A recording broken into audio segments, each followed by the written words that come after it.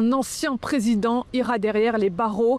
Le tribunal judiciaire de Paris, devant lequel nous nous trouvons actuellement, a en effet condamné Nicolas Sarkozy pour association de malfaiteurs à 5 ans de prison avec mandat de dépôt différé, 100 000 € d'amende, interdiction des droits civiques et 5 ans d'inéligibilité. Nicolas Sarkozy est accusé d'avoir laissé ses proches démarcher la Libye de Mouammar Kadhafi en vue d'un financement illégal de sa campagne présidentielle victorieuse de 2007. Le 6e président de la 5e République, aujourd'hui âgé de 70 ans, sera convoqué le 13 octobre prochain par le parquet qui lui signifiera sa date d'incarcération.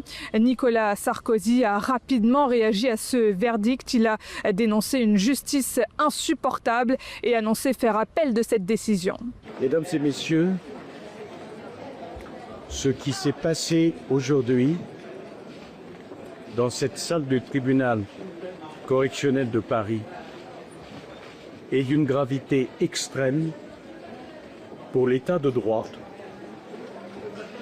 pour la confiance qu'on peut avoir pour la justice. La haine n'a donc décidément aucune limite. J'assumerai mes responsabilités. Je déférerai aux convocations de la justice. Et s'ils veulent absolument que je dorme en prison, je dormirai en prison. Mais la tête haute. Je suis innocent. Cette injustice est un scandale. Je ne m'épuise pas de quelque chose que je n'ai pas fait. Naturellement, je ferai appel. Sans doute devrais-je comparaître les menottes aux mains devant la cour d'appel. Ceux qui me haïssent à ce point pensent m'humilier. Ce qu'ils ont humilié aujourd'hui, c'est la France. C'est l'image de la France. Et si quelqu'un a trahi les Français, ce n'est pas moi. C'est cette injustice invraisemblable auquel vous venez d'assister. Je n'ai aucun esprit de revanche, je n'ai aucune haine, mais que chacun comprenne bien et l'entende. Je me battrai jusqu'à mon dernier souffle pour prouver ma complète innocence. Nicolas Sarkozy a été relaxé des faits de recel, de détournement de fonds publics libyens, de corruption passive et de financement illégal de sa campagne électorale. Claude Guéant et Brice Hortefeux, 2 anciens proches collaborateurs de Nicolas Sarkozy, ont également été reconnus coupables d'association de malfaiteurs. Le premier a également été reconnu coupable de corruption passive et de faux. Il écope de 6 ans de prison. Brice Hortefeux de 2 ans. Des verdicts qui ont choqué la famille politique de Nicolas Sarkozy, toute la droite en général, jusqu'à l'extrême droite. Par son énergie et sa détermination, Nicolas Sarkozy a beaucoup apporté à la France. Il a toujours été un serviteur fidèle de son pays. Je lui redis tout mon soutien et toute mon amitié dans l'épreuve qu'il traverse. Nicolas Sarkozy, relaxé de 3 des 4 chefs d'accusation et présumé innocent, a fait appel de la décision. Je ne doute pas qu'il saura mettre toute son énergie à se défendre devant la cour d'appel et faire prévaloir son innocence.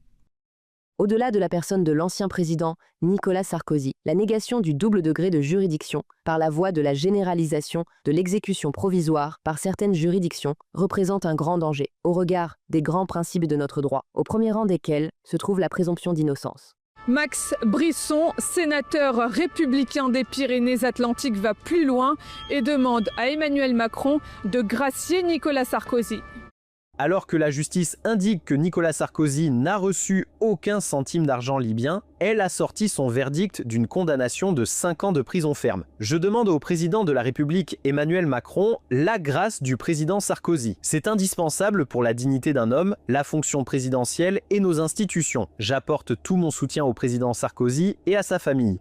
À gauche, au contraire, on appelle à respecter cette décision de justice. J'ose espérer que le ministre de la Justice, M. Retailleau, qui au moment des réquisitions ont eu des propos de défense de M. Sarkozy, respecteront la décision de justice. Vous savez, la France des honnêtes gens, comme dit M. Retailleau, c'est pas qu'un slogan, ça doit s'appliquer aussi aux membres de sa propre formation politique. Il n'y a pas de raison qu'il y ait des justiciables qui, eux, échappent à la prison, alors que d'autres personnes, parce qu'ils n'ont pas été anciens présidents de la République, pourraient y avoir le droit. Donc je pense que moi, je vais respecter évidemment la décision de justice et j'espère que tout le monde dans la classe politique en fera de même. Sans vous, nous n'aurions pas pu, déclare Mediapart, qui remercie ses abonnés d'avoir permis aux médias d'enquêter sur l'affaire libyenne en publiant le 28 avril 2012 un document présenté comme la preuve d'un versement de 50 millions d'euros pour la campagne électorale de Nicolas Sarkozy de 2007, émanant de Mouammar Kadhafi.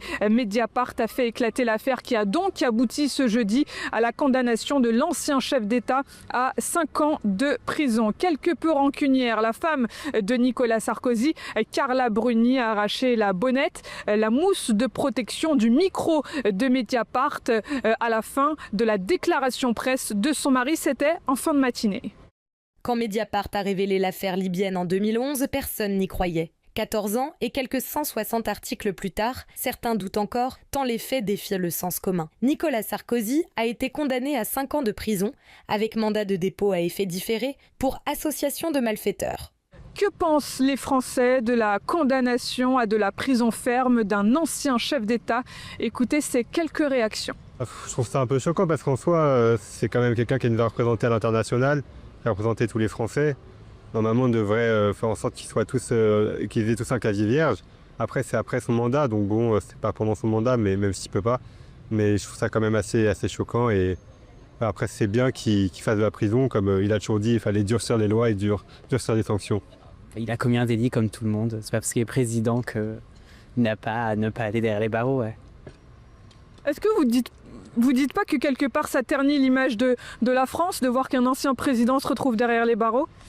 Bah après, on ne peut pas résumer la France à Nicolas Sarkozy. Enfin, moi, je ne résumerai pas la France à Nicolas Sarkozy. Ça me choque qu'ils fassent cette démarche, qu'ils le mettent en cause. Enfin voilà, puis je suis pas du tout politique, donc les par principe du fait que ce soit un ancien président, enfin voilà. C'est juste ça. La procédure de justice s'est en revanche arrêtée net pour un autre acteur majeur de cette affaire libyenne. Ziad Takieddine est en effet mort il y a quelques jours au Liban où il s'était réfugié pour échapper à la justice française. Avant de faire volte-face en 2020, l'homme d'affaires avait déclaré à la justice avoir remis entre fin 2006 et début 2007 5 millions d'euros à Claude Guéant, ancien chef de cabinet du ministre de l'Intérieur de l'époque, Nicolas Sarkozy.